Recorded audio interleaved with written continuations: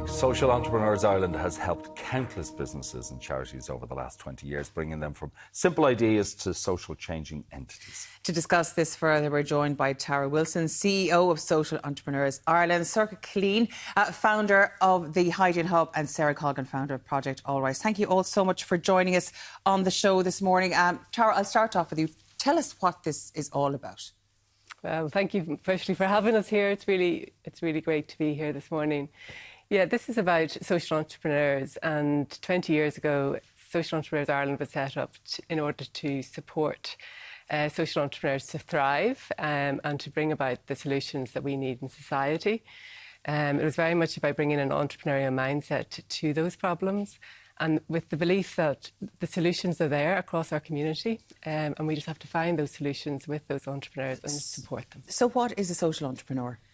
A social entrepreneur is an entrepreneur who's very focused on impact and making change.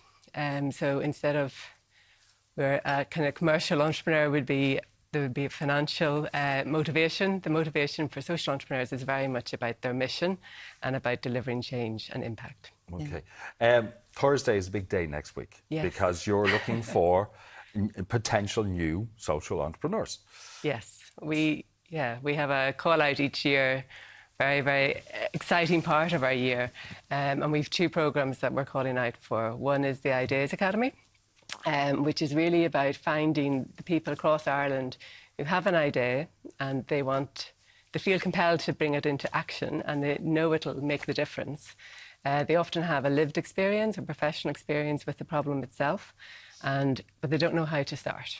So the Ideas Academy is really a 3-month programme helping them get started, building a community around them, and getting them through that proof of concept so they can bring that solution. Sorcha, you worked with the SEI's Impact programme, but your idea, the Hygiene Hub, was already in existence. So how did that compare to what we were just talking about there? And what is the difference between the two, and how did it forward the Hygiene Hub in its goals? Yeah, absolutely. So I think for us, so Hygiene Hub is a charity and a social enterprise, as a lot of organisations are. And, we actually just celebrated our 5th birthday. So congratulations. Thank you. We're more in the kind of secondary school aspect of it. I think for us, when we started, myself and my co-founders, we were strangers. We met on a volunteer messenger board and just kicked off this idea. And so the programme for us was really essential in we'd been running for 3 years, very much kind of baptism of fire. And this was about cementing we are a business, we are running. We brought on our first employees during the programme. We landed some very large kind of corporate partnerships through relationships with kind of Social Entrepreneurs Ireland. But I think, my co-founder and I were chatting on the drive-in here, and what it gave us was actually confidence. Confidence, because saying I'm an entrepreneur, especially in Ireland where you never really want to say, you might have notions or something like that. Yeah. Heaven forbid, notions. I know. But for us, it was kind of that confidence of this is an important issue. Hygiene poverty is often really under-recognised in Ireland, and we're the only organisation that's solely tackling it. So it gave us a community, a network, but most importantly, the confidence to sit on a television show and tell people about it. We couldn't have done that without the mentoring and guide that we got from the programme. Yeah, OK, it is fascinating, all right, because there's a whole rake of people who are watching this who don't know what the Hygiene Hub does and why it exists, because there are a whole pile of people who are living with hygiene poverty every day. Absolutely. So hygiene poverty, for anyone who doesn't know, it's the inability to afford or access essential hygiene items. So soap, shampoo, laundry detergent, household cleaning products. And it can affect anyone at any phase of life and at various income levels. You might assume that it's people that are living in chronic poverty, but it could be, a family with a couple of kids and the mortgage, and you're going back to school and all of a sudden you get head lice, and head lice shampoo is €12 a bottle. You've got 4 or 5 kids, that's 60 quid that you don't have to spare that week. And so the way that we work is we work with over 140 community partners, which would be the likes of homeless services, direct provision, family resource centres, schools, and we provide hygiene products to them that they then work with their communities. So we support about 16,000 people a quarter through that kind of community circular action approach. And of course, how did on a practical level, how did the work and the involvement with social entrepreneurs, how did that elevate that to the next level? Absolutely. You know what I will say, and kind of to encourage people to apply, even the application process was huge for us, because as part of the application process, they ask you questions like, what's your 5-year plan? What's your 10-year plan? What are your stakeholders? What is the end goal and impact? And these are all conversations we'd had, but we'd never had to sit down and plan it out and then go through the interview process and pitch it to people and be questioned. So even, I mean, we're so grateful we got onto the programme and the impact we received from it was huge.